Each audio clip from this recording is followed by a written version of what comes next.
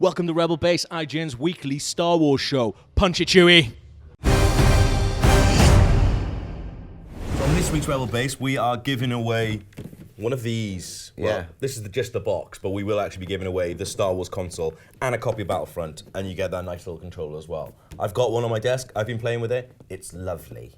So that's coming up later in the show. But even more exciting. Yeah, so overnight we've got a new TV spot. Yes. All centered on Finn. So we're going to take a closer look, analyze it frame by frame. Yeah, so the first shot that we see there is something we've seen a couple of times before, this kind of like battle that's going on, but you know it's a really interesting thing. Yeah, it's like a fraction of a second if you scrub through it, you can see, and I think the way that this stormtrooper is reacting, I think this is Finn. Yeah, he was kind of disconcerted about what's going on around him. He's flapping about in a crisis. And there's one shot that he has blood streaming down his mask. Yeah. And the line, we read this in very different ways, but you don't know a thing about me, what I've seen. Yeah. I think he's just like got post-traumatic stress disorder. Like, for me, this, I don't know why they're here if this is Jakku, but this is like a midnight raid. They're pulling families out of their houses. They're breaking up families, taking them away, imprisoning them. This is rank and file fascist stuff. It's gross, yeah. Yeah, this is people, you know, I'm only just, you know, following orders. Yeah. And that's what I feel like. Maybe he's just done awful things in the name of this empire. And that's what I think, yeah. So I do think that, and I think like obviously the blood on his mask isn't his, and he's been forced to do, you know, some pretty terrible things, and that's why he's having like this like crisis of conscience. But I also think what I've seen, and something that I think, right, is that he's been privy to some kind of information about the First Order's plan, and a lot of that plan centers around getting at what we think is Anakin's lightsaber. So this is why now we'll go on to talk about it in a bit. So one of the other really interesting shots is we see a temple fall in with what I think is Kylo Ren's command shuttle just behind it. Yeah, it looks like it has those folding wings. It's a little bit like a shuttle. Yeah, so that's what I think. But this also looks like the temple that we've seen in previous trailers and TV spots. The one we see like Han, Finn, and Rey walking into when you see that red droid walking out. Yeah, I think it is that temple. Yeah. And we've seen the Millennium Falcon flying towards it. So maybe this is where they've been headed all along. So this is part of maybe where the lightsaber is, and they've been trying to seek it out. I think this is on Takodana, and I think this is maybe not Maz Kanata's castle, but you can get to this temple. Yeah. It's nearby Maz Kanata's castle, who is the space pirate. Yeah. I think played by Lupita Nyong'o. Yeah. And I think they've gone there for help, advice, guidance, and she takes them there, and they basically both sets of people kind of converge. I wonder who that is in the foreground. Just watching, yeah. Possibly Rey? I think possibly Rey, yeah. Then we see Kylo Ren and the stormtroopers sort of searching out in the wreckage. Not the best way of finding someone, just blowing up the building that they're in and hoping they're alive. Like, you giving yourself admin. Yeah. Just knock on the door. Yeah. Don't drive your shuttle into them. But then we see, you know, obviously, I wonder how they survive. They have to get pretty clear. Yeah. I don't know if they get a warning. Maybe they were. Because we've seen, like, Maz Kanata's castle is on that lake. Yeah. And we've seen Poe Dameron's X-Wing squad flying across that lake. Yeah. So I wonder if they get a kind of an early warning somehow via Han, who's obviously still part of the, you know, the resistance. Yeah. They kind of get a heads up, people are heading your way, get out of there. And they watch from the distance, but they don't leave entirely. They don't run away. No. We see one of the stormtroopers have this battle. We saw it in a previous TV spot as well. Yeah. But I think Finn take him on. Yeah, this is the first time that we see him actually sort of like release the baton, and he looks so cool. The stormtroopers are actually like trained badasses now. They're not like, you know, just grunts running around shooting blindly. Look at this guy. This guy's like a trained fighter. Well, what's interesting about this, like, he doesn't have, you know, dramatically different armour to distinguish higher training, like a lot of the other stormtroopers. Exactly, yeah. It's pretty standard armour. But also, I want to know, why do they have this piece of kit? It seems designed to take on lightsabers. Like, there's not that many lightsabers about anymore. It's these, like, why? Well, no, because I don't think that's necessarily You think it's just a general bit of kit? I think it just happens to be a really good stun baton. But why? But surely a lightsaber should slice right through it. It feels like, to me, like it's been designed to combat lightsabers. That is a really good point, actually. And like one of the sort of theories that were going through this is that, you know, maybe lightsabers are in like short demand, short supply. Kylo Ren's had to make his own. Exactly, yeah. And it's wonky.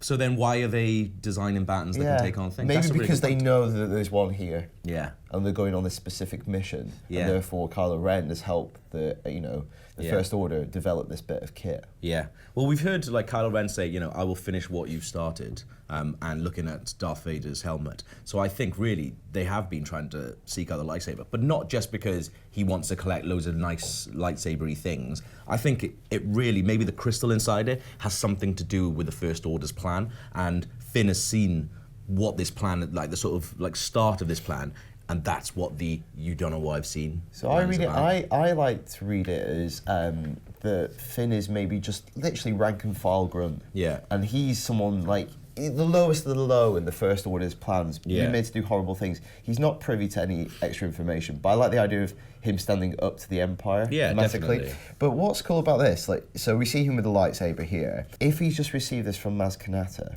I always assumed that it would be going to Rey. Yeah. So he's got it for whatever reason. Maybe Rey's run away with Han Solo. Maybe he's thought she needs protecting more. Yeah. But he's wearing Poe Dameron's jacket. That's right, yeah. And unlike the scene in the snow in the forest, he looks pretty confident here. But I wonder if he knows that he can take this dude. They've both got similar training. Yeah, well, maybe. I know we've said that guy's armor just looks like normal stormtrooper outfit, but maybe the baton is what sort of puts him apart from others. And Finn has been a stormtrooper. Maybe he knows who that guy is. So maybe that's not a look of confidence. That's a look of, I'm going to take you down once and for all. Or I'm going to have to fight you. Exactly, yeah. But also as well, he's pretty confident with a lightsaber, but at the same time, it's kind of the same thing as the baton. So the stormtrooper looks like they look pretty evenly matched, probably because they've had the same training. Like they've probably trained in the same thing, and that's what the look is, a look of, I think he recognises him. The mechanism on the batons reminds me of Taxi Driver, so I hope there's a scene where he stood in front of a mirror, just activating it for about 10 minutes. It's also a bit like Assassin's Creed as well, isn't it? Like sort of hidden blades. It's just like, no, I'm just a normal stormtrooper with a massive shock baton. Where's your gun? Look at that. And then we get a few more of the characters towards the end of the TV spot. We see them aboard what I think is a First Order vessel. You see the kind of decoration on the wall. Empire. I also think this bears the same kind of colours and sort of markings as the ship we've seen Poe Dameron walk through in chains. Yeah. But when we see him walk through in chains, he is wearing that jacket. Yeah. And there we go, he's wearing it. And this would there. tie in with the fact that, we've seen what it looks like Finn helped capture Poe Dameron. Yeah. And now he's going to help them rescue Bust him out, yeah. Obviously, very New Hope as well. Yeah. There's another echo to New Hope at the end of this trailer. Yeah. But going, aboard a First Order vessel to break someone out of prison. Yeah. Probably happens quite a lot in war, doesn't it? But I think that's what will happen. We're seeing Chewie setting some charges maybe to blow that bit of the ship up, and they're going to try and rescue Poe Dameron, I think. Then we have BB-8 flying through the air. Well, flying. Well, not flying. Rattling around. Rattling around a bit. So in the trailer, the Millennium Falcon does a cool, evasive maneuver, almost like a barrel roll. So you think that's what's happening there? And he's very round, and he's just rattling about in there. But this is like one of the last awesome shots in the thing. What is this, Daniel? This is Finn in the turret of the Millennium Falcon, which is a direct callback to the sequence where Luke and Han man the turrets in New Hope to take out TIE fighters. Looks like he's having a good time, mate. Yeah, it looks like he's taking to it quite nicely. Yeah. So all this kind of orientated on Finn. Yeah. I still don't think he's going to be a full-on Jedi. No, I don't think so. No, but I do like the idea of him being the way into the movie, I think. Yeah.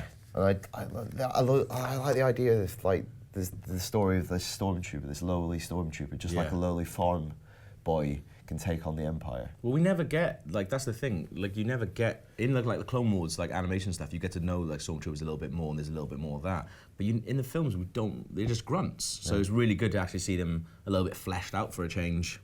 Yeah.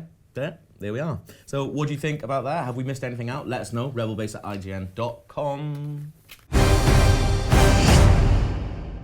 Okay, so another week, another edition of Force Feedback. First one is from Kevin Moyers. Yeah. He's written in, so my question is about Star Wars Legends being non-canon. Okay. Star Wars Legends being the name to encompass everything that was expanded universe and is no longer now canon. Right. Which I don't particularly have a problem with because it makes sense to give writers of the film creative freedom. However, since people are so attached to the expanded universe, what would be in the harm of allowing authors to continue to publish novels as legends as long as it is clearly stated that they are non-canon? Because it'd be super confusing.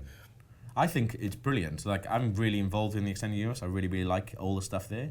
But imagine if you're Disney, you're trying to create this, world from almost from scratch, even though there's loads of stuff in it. That's really hard to do. Like, just go back to the beginning whilst having all this different stuff there. You kind of have to start from the beginning. Yeah, because he goes on to make the point, well, it would allow Disney to make a bit more money, but I think they're doing all right. But also a bit more money on, I guess, novels is going to, not even scratch the surface compared to how much just doing a movie every year will. Yeah, definitely. I think like you've got to start from the beginning. You've got to start with a clean slate and be like, right, get rid of all that. Plus, as well, we've said this on the show a couple of times, it gives the people who are writing this new stuff like a carte blanche to just borrow cool ideas from everywhere, because there's a lot of cool ideas spread across all of that expanded universe, the old expanded universe. So if they can just pick the best stuff, because there's some really good stuff, there's a lot of guff as well. Yeah, I do see it as you've had a great test bed of different ideas and see what kind of works. It's kind of what the Marvel comics continuity is to the MCU. Cool. Good question. Good answers. Next question from Britt Johnson. He's put his phone number at the bottom. Do you reckon it's probably just an automated signature? Or he's reaching out. I don't know, Dan. I don't know. Anyway. Let's give him a call. Right. Can we start taking calls? No. Do we have that capacity? What, a phone? Well, not from this guy, because this is odd. It's odd numbers, so I'm assuming he doesn't live in the UK. Yeah, it's an American number. A lot of people are theorising that Luke Skywalker has gone over to the dark side in The Force Awakens. While I recognise that this would be an interesting twist and is in line thematically with what has come before, I think it betrays the character. My personal belief is that after Return of the Jedi, Luke would have gone into the galaxy in search of Jedi artifacts and teachings. He had a crash course in Jedi training and was tasked by Yoda with the responsibility of resurrecting the Jedi. Ultimately, I believe Luke became disillusioned after reviving the Jedi and lost his way. Maybe Luke thought it was best for the galaxy to determine its own destiny without the influence of Force wielders. He has since been in exile and has not passed down his Jedi knowledge, and Luke's own fears are holding him back from achieving his destiny, reviving the Jedi Order. I read that so well.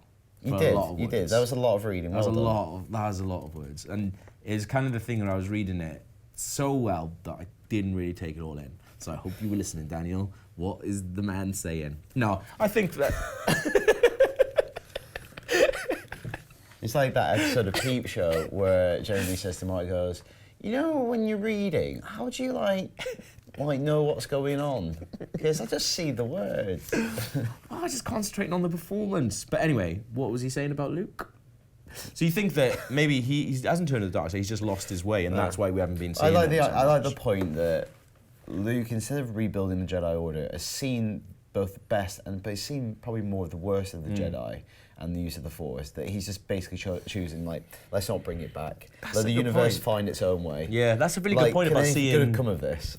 He's been exposed, and we have as well, to the worst possible stuff that the Force has done. So, people just can't be trusted with it. Yeah, I think and he's just going into hiding. He's going, better no one has this. Yeah. You can't play nicely. You're not having it. Not having the Force. I think that's a really good theory, Britt Johnson. It was when I recapped it. Final one is from Dan, from Robinson, Illinois. Ooh. This is actually a really good fan theory that could be a proper theory. So he talks. So this is the main hypothesis. What if Maul survived the Galactic Civil War in the shadows, waited for the right time, and has re-emerged as Supreme Leader Snoke? Some evidence here. And so he's kind of... Dale's shaking his head, mate. So he's done his research though. He's got evidence. At least he's making a cogent argument. All right, Dale, don't make up your mind until you hear this, mate. Some of these are quotes from Andy Serkis regarding his role in the movie. This is good. So number one, he is large. This is come on, no, yeah. So he says the scale of him, for instance, is one reason. He is large. He appears tall. This is Andy Serkis speaking. Okay. And also just the facial design. You couldn't have gotten there with prosthetics. It's too extreme. Without giving too much away at this point, he has a very distinctive, idiosyncratic bone structure and facial structure. Oh, bones. This is what Dan has to say. Maul wasn't tall, but could the size be a result of his oversized cybernetic limbs? Yep. 2.2, he has suffered a lot of damage, says Serkis. Yeah. Well, that fits. Number 3, he's aware of what's gone on, in the respect that he's been around and is aware of prior events. This is Serkis. I think it'd be fair to say he's aware of the past to a great degree. That's really good. And then Dan points out Maul has definitely been around for a long time. he would have the unique insight into the Empire and Sidious. If he's alive in episode 7, he's probably the longest living character in the saga, maybe not, including Chewie. Very cool. And it also makes the point that this would kind of tie it into the prequels in some way, where it's, a lot of the J.J. Abrams stuff is kind of like sidestepping them, but you can't because it's canon. That's my favourite theory we've ever been sent in. Is it? Who is it? What was this guy's name? Well, you immediately forgot the other one we just got sent in. That you said that was brilliant about Mark. It was very good. I just thought that one was better. That's all. It's fine. This is from Langley M. Neely, whose subject is animation domination in a galaxy far, far away. Often I hear fans speculate on the possibility of characters that originated in animation being represented in live-action films. Most notable examples are Kanan or Sabine from Rebels appearing in Rogue One. I, for one, don't think this will ever happen, nor do I think it's a good move. I think you're setting yourself up to disappoint and confuse fans when you try to recreate or cast on-screen actors to convincingly portray characters that were created and originated in animation. Please tell me I'm off base on this, or do you see it causing far more problems than it's worth? I don't know, because the Rebels characters are so good, I would love to see them in live action. Yeah. But do you not think that casting of that is particularly tricky? Because Yes. it makes the point that it feels harder to do it that way around than the other way. Yeah. Because it's very normal to have, I guess, like loads of films, that, even when we were growing up, they make a film and then they make a tie-in cartoon to kind of sustain it in between films. Okay. It feels easy to go that way than the other way around, but is that just because of precedent? Yeah, Because maybe. there's a Ghostbusters cartoon and stuff like that. There's Beetlejuice cartoon even. We're kind of used to it going that way. Yeah.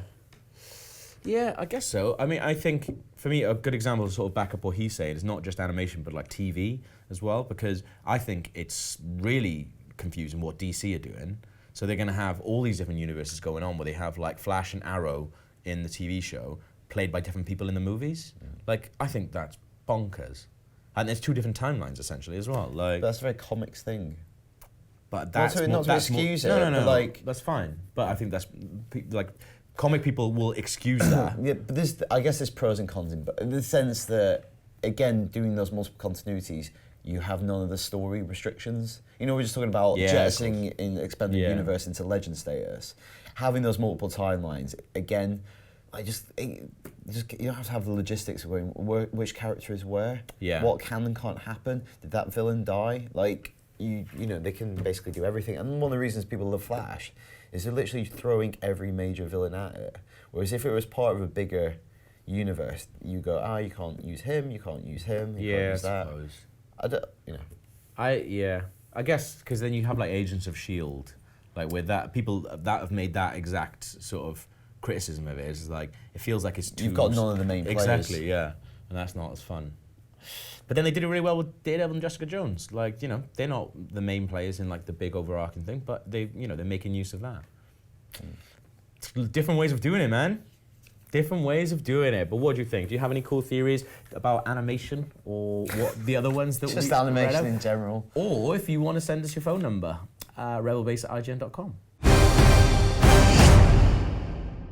So we are giving away, thanks to Star Wars Battlefront, one of the special edition Vader Battlefront PS4s.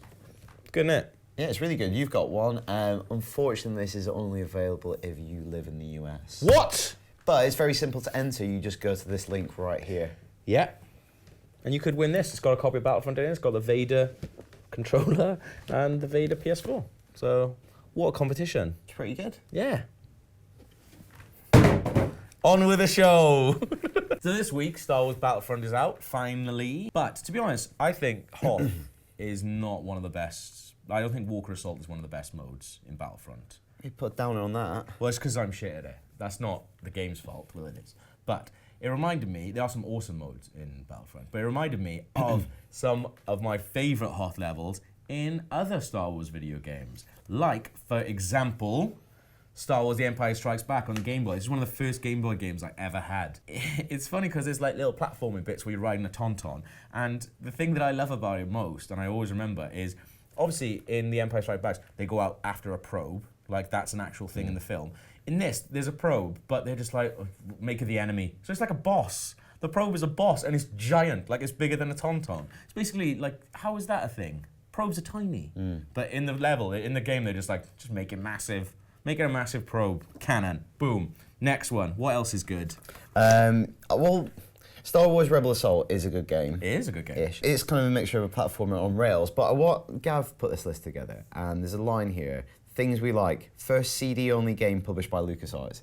Is that the best thing that you could say about this game? Is the first CD-only game published by LucasArts? Well, it's a very important release by LucasArts, wasn't it? Because it's the first CD-only. No, it's good. What a lovely bit of trivia. It's a good bit of trivia. Pub quiz. I mean, it depends on what pub quiz you're going to be honest. If you go to a pub quiz where that's a question, I'll probably leave. But I like it because it's a really good depiction of Hoth. It's kind of like one of the more realistic ones for that time, like 1993, I think. And that's why I liked it. Because if you think you're going from Empire Strikes Back on the Game Boy, where it's basically blue, to that's blowing my mind, Daniel. I can't even think how good it is. The preceding concept was just blue.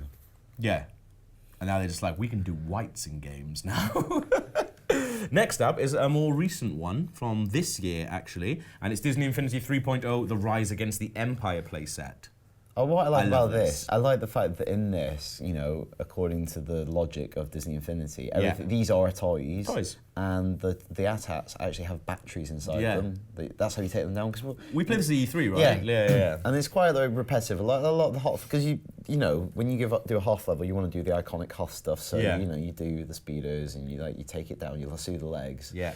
What I like about this is you have to climb up it, so it's kind of a platform, and then you have to prise apart the side of the AT-AT and take out the batteries. Yeah, which I think is really, really good. But also riding the Tauntauns around is really, really fun as well. Especially if you're going off with a mate, you can sort of race them a little bit. I mean, it's not like an official mode, but you can just have a bit of fun. Just a bit of fun. Just have a bit of fun riding Tauntauns. So that's what a lot of video games are. Yeah. Next up. Yes. It is Shadow of the Empire on the N64, back from 1996. Why do you like this one so much? Because I think it was one of the only games that I got on my N64. So no, because that's what happened when you were a kid, isn't it? You get a console, and then you get one game, and you got to play that game forever. You stand up? No. Oh, what about plain food? Oh, awful. No, but it is, isn't it? So you used to get them on birthdays and Christmas. Exactly. So you get... Don't make fun of my stand-up. But because of that, I think I've just got a love for it because I just played it to death. I just played it over and over again. And I really like when you're attached to your harpoon, the AT-AT shakes his head around mad like a dog and just shooting off in all different directions. You having that? Yeah, you've really brought it to life in a way that probably the B-roll won't. What's next, Daniel? I just gave you one. Did I? Oh, okay, yeah. Well, we'll do the next one then. I'll do it. Fine.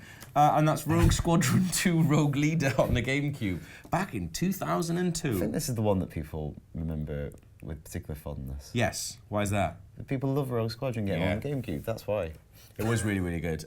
Dale, who's behind the camera, he says it's the best one because it allows you to take down an AT-AT. A lot of them did, but he says the best depiction of that. This is the one that I think you remember as looking brilliant, and then when you go back and look at it, it doesn't. Yeah. It doesn't. I thought you were going to say, and it actually does. No, it doesn't. No, it doesn't. Does it not? No, it's okay. It's a shame. It is a shame. I imagine it looking kind of like Battlefront, the new one. Right, I know you've just done one, but I want to do this one because this is one of my favourite ones. Okay. And it's Star Wars: The Force Unleashed, and there was some Hoth DLC, which I played because I bought I was thinking, I don't remember Hoth in this. Right. So basically, there was a collector, a Game of the Year edition, which had it in, and I think I picked that up for about £4, and played it all the way through.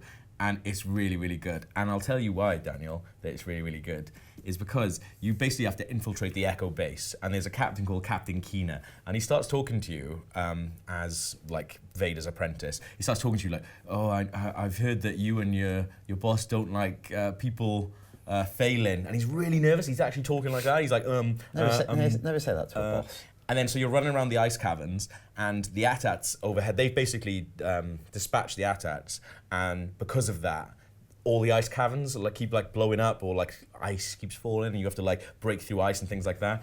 And he comes over going, oh, I'm really sorry, I think the AT-ATs are causing the ice cavern to be a bit unstable, and he force chokes him and says, you failed me for the last time, Captain Keener. I think you focus on a really horrible thing to like. So yeah, but it's good. It's funny. Nice. It's funny. Because actually, when you watch it, it's actually really funny. It's almost played for laughs, but then a man loses his life. Yeah, just like everybody's life. But I think the last one is the best one. You really think this is the best one? This is excellent. So Star Wars Battle Pod. Yeah. And we played this down. We should played it. We showed it on the show. Yeah. We went down to South Bank, and the level on this, I think this is the hardest one. This is the one we really struggled with. It was, even though it's not meant to be the most difficult one. No. Like Vader's Revenge is supposed to be the most difficult one. Yeah. This really difficult bit where you had to hit this very small target on an attack. I can remember us not doing it. Maybe Alex did it. Yeah, because I think like the big thing is obviously the harpoon round, and that's the bit you all really, really want to do. It was solid in this, and the thing that makes it even harder as well is like obviously it's, if you don't know what a battle pod is, it's basically meant to be kind of like Star Wars Arcade, but it's like an all-encompassing experience. So you're in a pod, and you've got like so the screen is basically wraparound, and it's also got like fans and things like that. So when you actually come out of the base and go out, like cold air gets blown at you, so you're flying. You actually really feel like, even though you'd be inside the spaceships, you probably wouldn't hear it, you probably wouldn't feel it. But still, that doesn't matter because it makes you really feel like you're on Hoth. Yeah, imagine like you'd probably have to do that thing where you have to put the heaters on the window on the inside. You can like see your breath. You're like, shh, it's not on there. But also, this is the only one where I genuinely felt like the AT-ATs were like impressively massive. Yeah. Like, and I think New Battlefront does New that Battlefront really well. does that, where it gives you that sense of scale, and also Yeah. what I like that it's like the kind of, even though it's kind of on rails, you get the sense that stuff above you, stuff below you, you get a real 3D sense of combat. Oh, definitely, yeah. But those are our favourite Hoth levels. What's your favourite Hoth level? Let us know, rebelbase@ign.com.